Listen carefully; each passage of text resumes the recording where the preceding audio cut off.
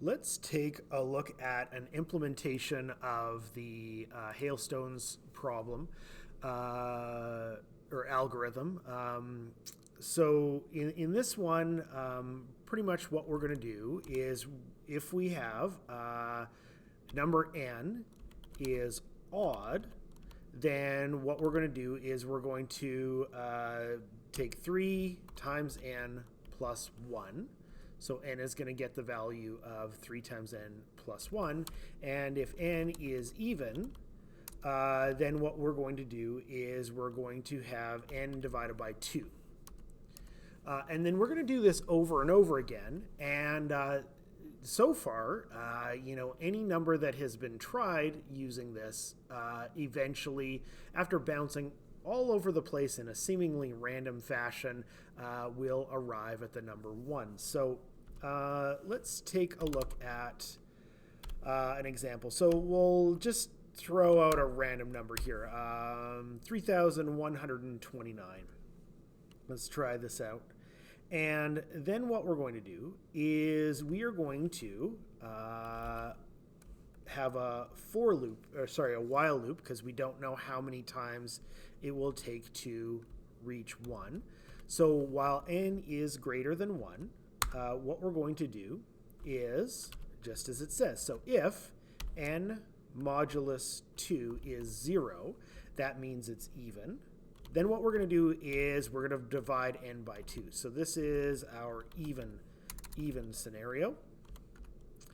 Now, otherwise, we know we have an odd number, so n is going to get the value of 3 times n plus 1. And this is our odd scenario. And then what we want to do is we'll just print out the value of n as we go. And then we'll get an idea for what it's doing here. So system.out.println, and then we'll put n here. Now, maybe I'll start it off with printing it out because we won't get the number in the display here. So let's see what we get. I'm going to run this, and so this is for 3,129, and it reveals that it does get to 0. So the number bounces all over the place. It peaks at 10,564, and eventually narrows down to 1. Now, if I was going to do that with another number, I'll do 3,131. I'll run that again. It's going to do the same thing. So we're going to get a different sequence of numbers. See, this one peaks at, it's only 2 higher, but this one peaks at 15,064. And we've got some other, like, it drops way down here and then it balloons way back up to 14,000.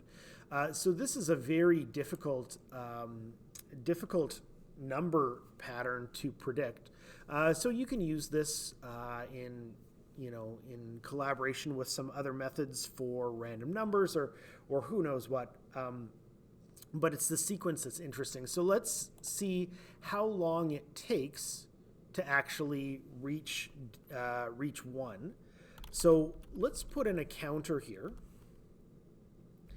And then what we're going to do is after we print n, we'll set the counter to 0. And we'll change this output here so that we're also printing the counter. So counter plus, and we'll put a little divider here, plus n. And we'll run that again. So this is with our 3,131. Oh, you know what? Let's also add 1 to the counter every time we run this loop, counter plus plus. That's going to be even better. So let's run this again.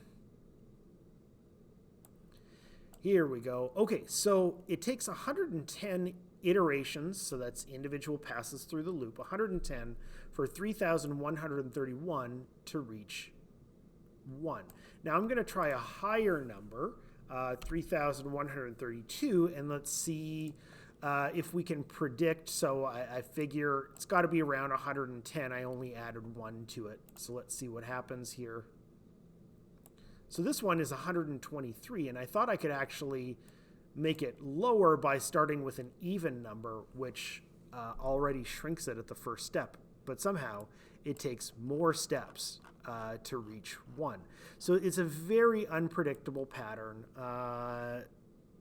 But let's take a look at maybe if we were going to do a range of this, and I wanted to try and find the one that took the most. So I doubt I accidentally landed on the one that takes the most iterations to reach 1.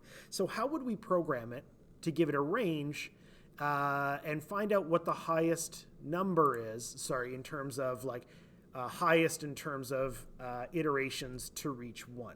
So let's put a couple extra variables in here. So let's assume we're going to go through a sequence. We'll start at 1 as the highest. And this one will be our count. So we'll just say this one takes 0 iterations to reach 1. So that is going to be our starting position. And then let's wrap all of this in a for loop. So when I want to run a bunch of trials, I usually use a for loop. So we're going to have, we're going to get all the numbers from 1 to 10. And we'll try and find out what is the number from 1 to 10 that takes the longest to reach 1. So I've got my for loop begins here, and then it's going to, all of this is going to be wrapped inside that. Now we want to tab this section forward. So every time we start our for loop, so this is a new trial, n is going to get the value of I, and then we'll print what that is. We'll run through this. Now, when we're finished this, what we need to check is we need to check to see if we got a new record for the highest number of iterations to reach 1. So if the counter is greater than the high count, then what we're going to do is we're going to set the new record holding number to I, and then we'll have the high count become the counter. So we're going to record I is the new record, and the high count will be its record number of iterations. After the loop is done, we'll just get some data on what was the highest. So system.out.println longest to reach 1 plus a highest. So this will be the record setting number. And got 2 backwards here. And this one will be how many iterations it took, iterations to reach 1. And that one will be high count. Okay, so I'm going to save this and then run it again. And we'll see what we get. So let's find out what our answer was. Oh, it was 9, which took 19 iterations. So we can go through our output here. 9 here took, there it is, 19 iterations to reach 1. So if we wanted to change this around, probably we would just want to, let's take a look from 1 to 100 and see what happens there. So now I'm going to get the number from 1 to 100. Oh, and it looks like it's really running slowly. So I had a pretty bad lag there for a second, but it turns out that it's 97. Now, the way to speed up this process in terms of, how much work it needs to do to arrive at the answer, probably the best thing that we can do is remove this line here. So if I remove this line, it's not going to have to do all of the all of the work to actually display the number. So if I run it now, we just get it instantly. You know, I guess technically I don't need to display this number either, so we'll remove that as well. And now that it's a little bit faster, we can even set a higher range. So let's take a look at from 1 to 1,000. And that happened instantly. 1 to 10,000.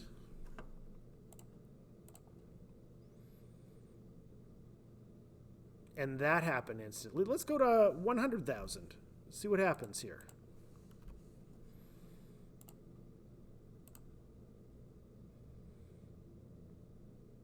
Even that was instant. So one of the lessons here that's important is if you want to receive an answer quickly, then you should really try to minimize the amount of output that you are displaying to the window down here, because if you display a bunch of stuff that's really not necessary to arriving at the answer, it'll really slow it down. I don't even want to try to find out how long it's going to take to run all of this.